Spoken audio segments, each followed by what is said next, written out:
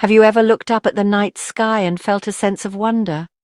That feeling of awe, as if the universe is whispering its secrets just out of reach, is something that has inspired humanity for millennia. The universe, a vast and mysterious expanse, twinkles with the light of distant stars. Each point of light is a story, a beacon from across unimaginable distances, reminding us of how small we are in the grand scheme of things. It was on one such night, clear and crisp, that a new light made its presence known. It appeared suddenly, as if it had always belonged there, yet was unmistakably new to those who watched the skies. It wasn't a comet, blazing a trail across the heavens, leaving a glowing tail in its wake.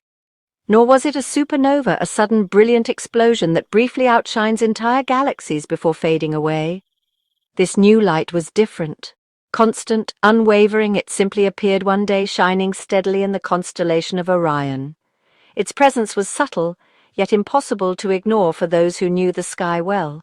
Astronomers, ever vigilant, were the first to notice. With telescopes trained on the heavens, they observed this newcomer, their curiosity piqued.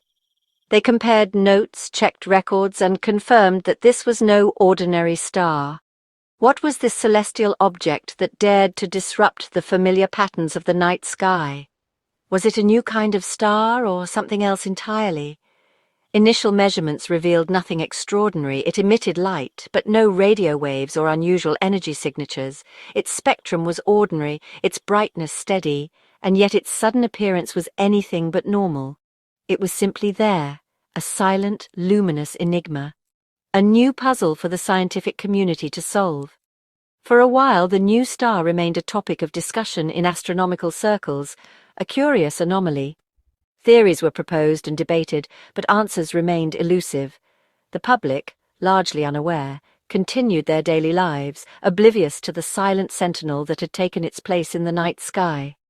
Above the city lights, the new star watched over them, unnoticed.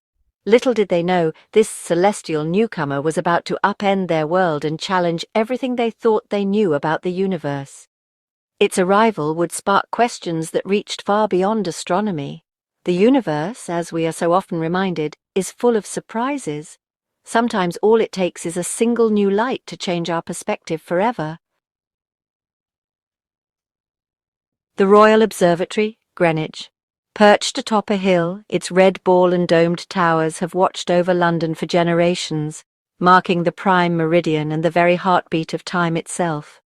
A place steeped in history, where time and space have been measured for centuries. Here the echoes of past discoveries linger in the air, mingling with the anticipation of new revelations. Within its hallowed halls, astronomers huddled, their faces illuminated by the soft glow of computer screens. The room buzzed with quiet excitement, every eye fixed on the data streaming in. The new star dominated their conversations, its image projected onto a large screen. It was unlike anything they had seen before, a beacon in the darkness that demanded their attention. "It's certainly unusual," remarked Dr. Eleanor Vance, her brow furrowed as she scrutinized the readings, searching for any familiar pattern. No spectral lines that we recognize. No variation in luminosity. The data was stubbornly enigmatic, refusing to yield its secrets. It's as if someone just placed it there. The star seemed to defy the natural order, as if it had appeared overnight, unannounced and unexplained. Professor Alistair Davies, his white hair a testament to his years spent studying the cosmos, stroked his beard thoughtfully. He had seen many anomalies, but nothing quite like this. "Indeed, Eleanor. It defies our current understanding of stellar evolution," he replied, his voice tinged with both awe and concern. Could it be a new type of star altogether, or was it something even more extraordinary, something that would rewrite the textbooks? Speculation ran rife. Theories were proposed, debated, and discarded. Every possibility, no matter how outlandish, was considered in the search for answers. Was it a natural phenomenon, yet to be understood, or a cosmic event that had never before been witnessed by human eyes? Or could it be something else entirely, something artificial? The idea lingered, unspoken yet impossible to ignore. The very thought sent a shiver down their spines. The unknown pressed in on them, both thrilling and unsettling. The idea of an artificial object placed in the sky by an unknown intelligence was both exhilarating and terrifying in equal measure. It hinted at possibilities far beyond their wildest imaginings. The universe, it seemed, was about to reveal one of its many secrets, and within the observatory, anticipation hung thick in the air as the next chapter of discovery was about to unfold. The world held its breath. In every corner of the globe, people paused, transfixed by the magnitude of what was unfolding. The news, like wildfire, spread across the globe. Headlines flashed in every language, and social media erupted with speculation and awe. The new star, silent no more, was transmitting a signal. It was as if the cosmos itself had found a voice, and now it was speaking directly to us. Not a jumble of random noise, but a structured sequence of pulses, binary code, the language of computers, the language of intelligence. The implications were staggering. This was not a natural phenomenon, but a deliberate attempt at communication. We were no longer alone in our contemplation of the cosmos. For the first time, humanity faced the reality that another intelligence was reaching out. Someone, or something, was out there, watching us, reaching out to us. The distance between stars suddenly felt smaller, and the universe more intimate. Fear and excitement in equal measure gripped the planet. Governments convened emergency meetings, scrambling to understand the implications and prepare for the unknown. Scientists worked around the clock, analyzing every detail, searching for patterns, desperate to decode the message before the world changed forever.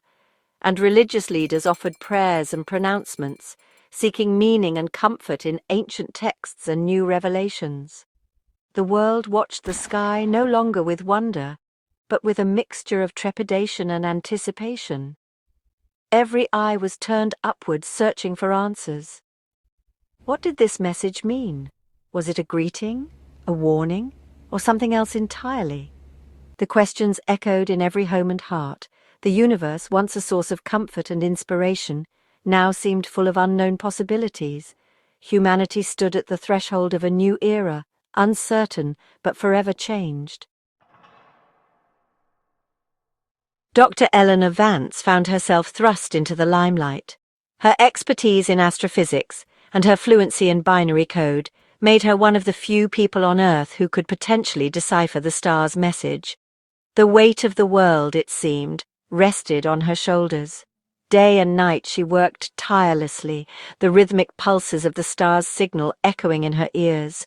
The code was complex, multifaceted, but it yielded to her persistence.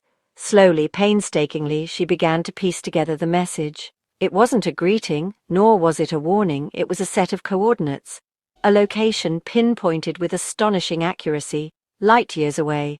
But where did these coordinates lead?